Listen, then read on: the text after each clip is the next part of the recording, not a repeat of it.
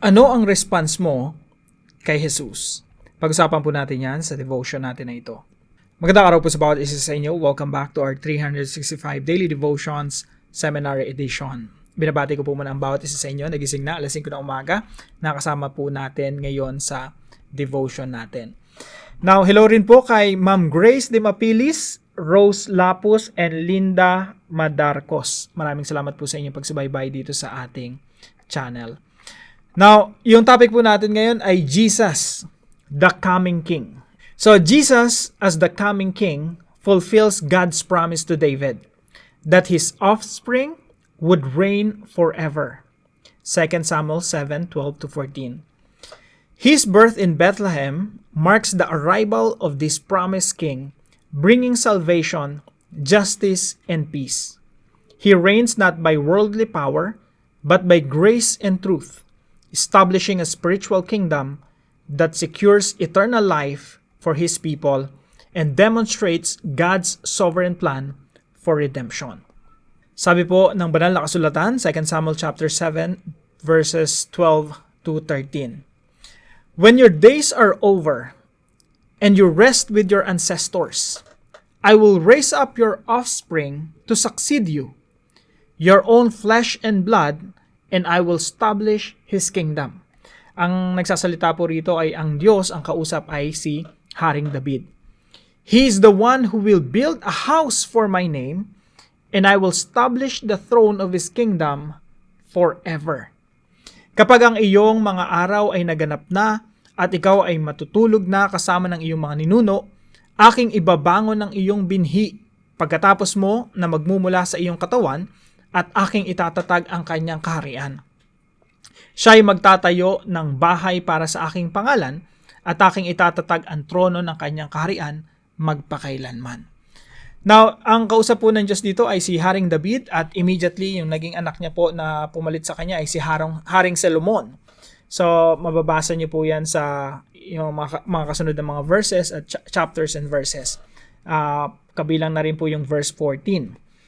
Now, yung nagtayo po ng templo ng Diyos ay si Haring Solomon po, no? Pero lahat po ng ito, lahat po ng nakasaad dito sa 2 Samuel chapter 7, 12-13, ang ultimate fulfillment po nito ay ang kapanganakan ng ating Panginoon Hesukristo. So, ito po yung background niyan, mabilis lang po, no? Kung kilala niyo po si Haring David, siya po yung pumatay kay Goliath, and eventually si Haring David po, siya po ay naging hari ng Israel. At naging matagumpay po yung bansang Israel sa kapanahunan ni David. At si David po yung tinatawag na the man after God's own heart. Ibig sabihin, si David tsaka ang Diyos ay magkaibigan.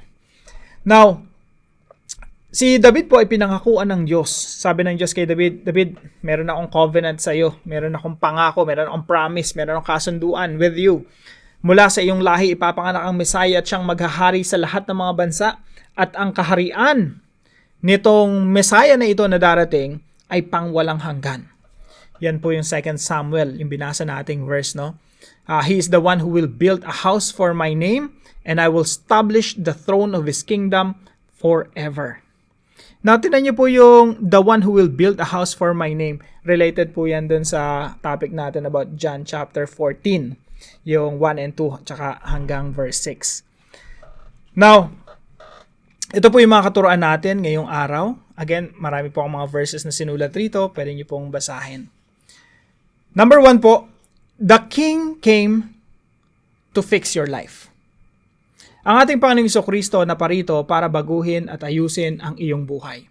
Nung naparito ang ating Panginoong Hesukristo, yan ang sinimulan niyang gawin sa mga disciples niya. Sinimulan niyang gawin sa mga tao nung unang panahon na nakakilala sa Kanya. Jesus Christ came to fix their lives. At yung ginagawa ng ating Panginoon Hesukristo ay hanggang ngayon hindi pa rin tumitigil. Jesus Christ is still fixing the lives of people. Pati ikaw, kapatid, gustong ayusin ng Diyos ang iyong buhay. Gustong ayusin ng ating Panginoon Hesukristo ang iyong buhay. Alam niyo po, bakit gustong ayusin ng ating Panginoon Hesukristo yung ating buhay? Simple lang. Because our lives are broken. Wasak tayo. Malayo sa Panginoon. Kaya ang unang inaayos ng ating Panginoon Hesukristo ay yung relasyon natin sa Diyos. Sa pamamagitan ng kanyang kamatayan doon sa krus ng Kalbaryo, ay ipinaglapit niya. Inilapit niya yung tao palapit sa Diyos Ama at nagkaroon tayo ng relasyon sa Diyos. Dating broken relationship, now restored relationship with God. Yan po yung unang ginawa ng ating Panginoon Kristo sa ating buhay. Now, along with that, is to fix every detail of our lives. Now, mga batid, ang ating Panginoon Kristo, idinedeklara siyang hari, king. Now, every time I proclaim, every time I say, every time I preach that Jesus is king, lagi akong humihingi ng response. Anong gagawin mo? Jesus is king. Anong gagawin mo? Jesus is Lord. Alam niyo po, walang ibang response kundi tanggalin natin yung ating mga imaginary crown at ilatag natin sa paanan ng ating Panginoon Kristo. Why? Because we cannot approach Jesus as king. Hindi tayo pwedeng maging hari ng ating buhay and we're approaching Jesus Christ because He is the only king. At matagal na nating pinapatakbo yung ating mga buhay. Matagal na nating pinapalakad yung ating mga buhay kaya nagkakandaloko-loko yung mga sitwasyon natin at mga desisyon natin because we keep running our own lives. Now, Jesus Christ came to rule over us. At sabi ni Jesus, you know what? Let me run your life. Let me be the king of your life. And actually, He's not asking for permission. He will just rule and invade your life. The only thing that you can do is, Lord, here I am. I surrender myself to you. The King came to fix your life. Not just your life. Merong mission ang ating Panginoon sa iyo, sa pamagitan mo, at yan ay abutin ng iyong pamilya. So the King came to fix your family. Hindi pwedeng nabago ang buhay mo tapos yung relasyon mo hindi maapektuhan. Hindi pwedeng nakakilala ka sa Panginoon bilang padre ng pamilya tapos yung asawa mo hindi makakilala, mga anak mo hindi madisipulo. Hindi pwedeng nakakilala ka sa Panginoon kung ikaw ay isang estudyante, no? Nakakilala ka sa Panginoon sa pamamagitan ng iyong classmates, sa pamamagitan ng mga ministry sa inyong school. Tapos pag uwi mo sa bahay, wala kang impluwensya. Hindi mo man lang mapakita sa nanay at tatay mo na binago ka ni Kristo. Mga kapatid, si Jesus, when Jesus Christ comes into your life, He also wants to invade your family, sakupin, conquer your family. At sa pamamagitan lang ating Panginoon Kristo, magkakaroon tayo ng maayos na pamilya. Bakit po? Ang goal kasi ng ating Panginoon Kristo ay magkaroon tayo ng Christo-centric family. Isang pamilya na ang sentro ay ang ating Panginoon Kristo, hindi si tatay, hindi si nanay, hindi si anak. Ang gusto ng Panginoon, siya yung maging sentro ng pamilya. Bakit? Kasi pag si Jesus ang sentro ng pamilya, magkakaroon ng kaayusan sa pamilya. Pangatlo po, the King came to fix the world.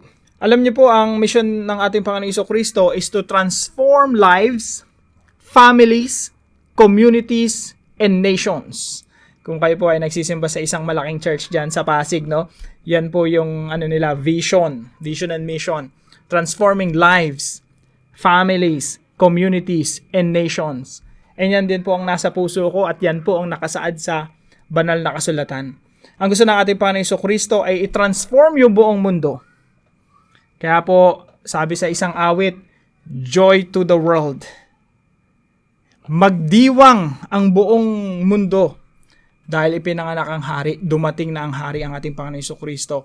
And He is in the business of transforming the world. Alam niyo po anong ginawa ng Panginoon Kristo 2,000 years ago? Si Satan po kasi 2,000 years ago, siya yung naghahari. Yung lahat ng mga nations nasa kanyang galamay, nasa kanyang mga kamay. When Jesus Christ came, kick out niya si Satan. At sabi ng Panginoon Kristo, bago siya umalis, bago siya umakyat sa langit, all authority in heaven and on earth has been given to me. Nung sinabi ni Jesus Christ na all authority, nasa sa kanya na lahat ng authority, tingin nyo may natira pa kay Satan? When Jesus said, all authority in heaven and earth has been given to me, ilan yung natira kay Satan? 0. Bakit? Sabi ni Jesus, all authority. Kasi Satan wala nang authority sa iyong buhay. Huwag kang magpadaya. Dinadaya lang tayo ni Satanas na meron pa siyang authority. Wala na siyang authority sa iyong buhay. Wala siyang authority sa iyong pamilya. Wala siyang authority dito sa mundo. He's just simply a deceiver. Mandaraya. So Jesus Christ came to fix your life, your family, and the world. Tanong, anong response natin dito? Number 1, willingly surrender your life to to King Jesus. Alam niyo po, kung itong devotion na ito ay shinare lang sa iyo ng kaibigan mo, kakilala mo, kamag-anak mo, kapatid, churchmate, o kung sino man, no? Hindi po ito aksidente. Itong devotion na to, nakarating to sa iyo, itong pinapakinggan mo right now, hindi to aksidente. Ito talaga yung gusto ng Panginoon na marinig mo right now. Willingly surrender your life to King Jesus. Hindi ka pwedeng manatiling hari ng iyong buhay at Panginoon ng iyong buhay at ikaw ang nasusunod sa iyong buhay. Bakit? Si Jesus lang yung Panginoon, siya lang yung nag-iisang hari. The only proper response to Jesus' kingship and lordship is surrender. At kung marami kang desisyon na palpak in the past, ito yung desisyon na hindi ka magkakamali. Yung sabihin mo sa Panginoon, Lord, forgive me. Thank you for dying on the cross on my behalf for the forgiveness of my sins. I surrender my life to you. Itong desisyon na ito yung desisyon na never, ever kang magsisisi. Walang taong nag-alay at nagbigay ng buhay sa Panginoon na pinagsisihan niya. Pangalawa po, win your family to become kingdom citizens. Again, Jesus is king. He has a kingdom. Jesus is king. He has a kingdom. At lahat po ng nanampalataya sa ating Panginoon Jesucristo ay nagiging kingdom citizens. Kaya po sabi sa Philippians, our citizenship is in heaven. Hindi na tayo citizens ng lupa, kundi ang citizenship na natin ay nasa langit. So, ang plano ng Diyos, yung earth ay gawin niyang colony. Ma-colonize niya, masakop niya yung buong earth.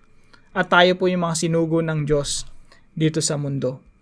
Para ipangaral ang ebanghelyo, maraming tao makakilala sa Panginoon Jesucristo at kilalanin si Jesus Christ as the King of Kings and the Lord of Lords, and many people will surrender their lives to Jesus. So, win your family. Huwag mong hayaan ng mga membro ng iyong pamilya ay hindi makakilala sa Panginoon. Isa puso mo ito, isa isip mo ito, meron kang misyon. At ang misyon mo ay yung buo mong pamilya ay lumuhod sa harapan ng Panginoon Jesucristo. Kung ikaw hindi mo pagsisisihan ang pag-aalay mo ng buhay sa Panginoon, definitely your whole family will never ever regret that decision.